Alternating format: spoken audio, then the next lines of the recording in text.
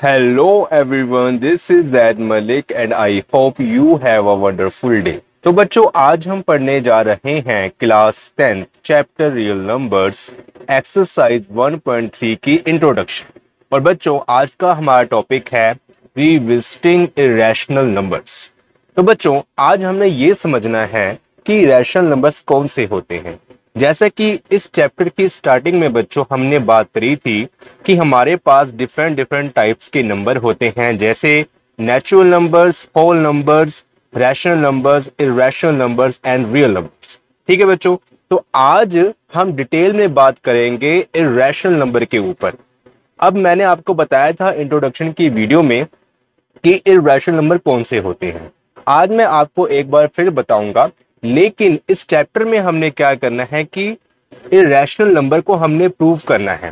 ठीक है, कि हम कैसे इरेशनल नंबर को साबित कर सकते हैं, प्रूव कर सकते हैं कि ये इरेशनल नंबर है, हमें उसका प्रूफ करना है यहाँ पर।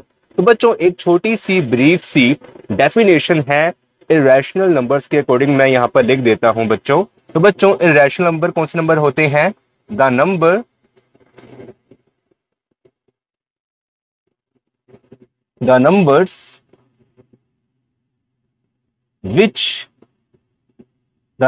which can't be represented in the form P upon Q and where P and Q are integers and Q not equal to 0। तो बच्चों ऐसे नंबर्स जिनको हम P अपॉन Q की फॉर्म में रिप्रेजेंट ना कर सके, वैसे नंबर को हम क्या बोलते हैं? Irrational number. और बच्चों इरेशनल नंबर में ये P Q होता है, जो कि रैशनल नंबर हमारा होता है। P और Q हमारे इंटीजर्स होते हैं और Q जो हमारा होता है वो नॉट इक्वल टू 0 होता है। ठीक है बच्चों, तो बच्चों अब मैं आपको समझाता हूं कि इरेशनल नंबर कौन से होते हैं, लेकिन यहां पर सबसे पहले हम बात करेंगे कि रैशनल नंबर कौन से होते हैं। तो बच्चों जो नंबर हम रेशो में रिप्रेजेंट कर सकें, जैसे कि बच्चों अगर मैं लिखता हूं 10/5, 5/10। ठीक है बच्चों, तो इन नंबर्स को हम रेशो में रिप्रेजेंट कर सकते हैं, क्योंकि अगर मैं 5/10 को सोल्व करता हूं तो हमारा आता है 2। और बच्चों अगर मैं 5/10 को सोल्व करता हूं तो हमारा आता है 1/2 और 1/2 हमारा होता है 0.5। ठीक है बच्चों, तो इसका मतलब ये हुआ कि 2 को भी हम रैशनल नंबर में बना सकते हैं, रैशनल नंबर्स में रिप्रेजेंट कर सकते हैं, और 0.5 को भी हम रैशनल नंबर में रिप्रेजेंट कर सकते हैं। लेकिन बच्चों ऐसे नंबर जिनको हम P अपॉन Q मतलब कि रैशनल नंबर्स की फॉर्म में रिप्रेजेंट ना कर सके, उन नंबर्स को क्या बोलते हैं? Irrational number.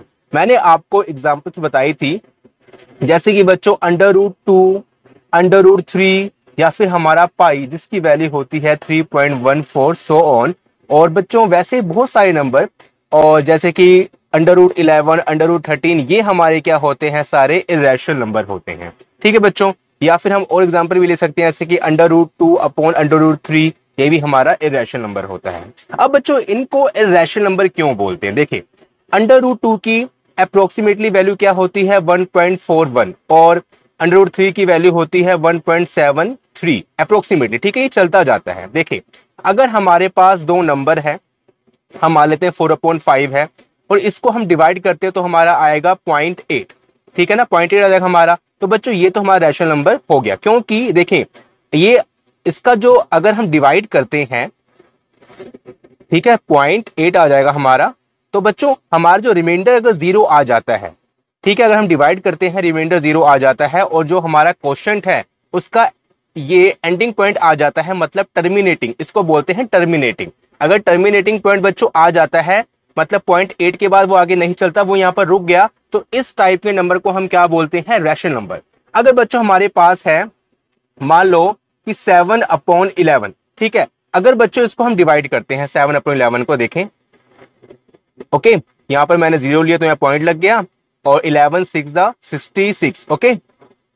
और बच्चों अपना यहां पर हम सब्ट्रैक्ट करेंगे तो हमारा आएगा 40, और बच्चों 11 3 33।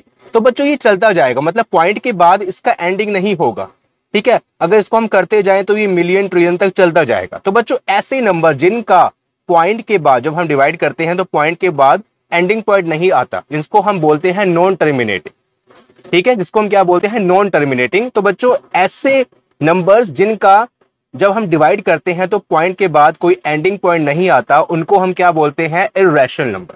तो बच्चों यहाँ पर जो अंडर रूट 2 है, अगर इसको हम सोल्व करते हैं तो अंडर रूट 2, तो ये हमारा कितना आता है 1.414, ऐसे ही चलता जाएगा, इसका एंडिंग पॉइंट नहीं आता। वैसे ही बच्चों अंडर रूट 3 है, इसको हम डिवाइड करेंगे तो इसका भी कोई एंडिंग पॉइंट नहीं आता। वैसे ही बच्चों पाई है, इसकी वैल्यू हम 22/7 भी लेते हैं, और ये है अप्रोक्सीमेशन वैल्यू। ओके, अगर हम 22/7 को डिवाइड करते हैं बच्चों तो हमारा अप्रोक्सीमेशन वैल्यू क्या आता है, 3.14, ठीक है। लेकिन अगर इसको हम आगे डिवाइड करते हैं तो ये चलता जाता है, इसका भी कोई एंडिंग पॉइंट नहीं आता। तो बच्चों ऐसे नंबर जिसको हम P/Q की फॉर्म में रिप्रेजेंट ना कर सकें, या फिर हम आसान लैंग्वेज में ये बोल सकते हैं कि ऐसे नंबर जिनको हम डिवाइड करें और उनका पॉइंट के बाद कोई एंडिंग पॉइंट नहीं आए, तो उस टाइप के नंबर्स को हम क्या बोलते हैं, इर्रेशनल नंबर, ठीक है बच्चों। तो बच्चों ये तो हमारी ब्रीफ सी इंफॉर्मेशन होगी कि इर्रेशनल नंबर्स क्या होते हैं। लेकिन बच्चों अब हम करने वाले हैं इसकी जो एग्जांपल्स हैं, कि इस चैप्टर में जो हमारी एग्जांपल्स आएगी, जो हमारे क्वेश्चंस आएंगे, उससे रिलेटेड हम समझने वाले हैं कि कैसे हम एक नंबर को इर्रेशनल नंबर प्रूव कर सकते हैं। जैसे कि हमारे पास अंडर रूट 2 है, तो हम कैसे इसको इर्रेशनल नंबर प्रूव कर सकते हैं। अब बच्चों हमने प्रूव करना है, ये तो हमें पता है कि ये इर्रेशनल नंबर है, लेकिन क्यों इर्रेशनल नंबर है, इसको हम अपने जरिए से इसको प्रूव करना है, और वही हमारा आज का टॉपिक है कि हम कैसे इर्रेशनल नंबर को प्रूव कर सकते हैं। तो बच्चों बने रहें, इससे पहले आप इतना नोट कर लें, फिर हम इससे जो रिलेटेड एग्जांपल हैं वो आगे करते हैं। आप इसको नोट कर लें पहले।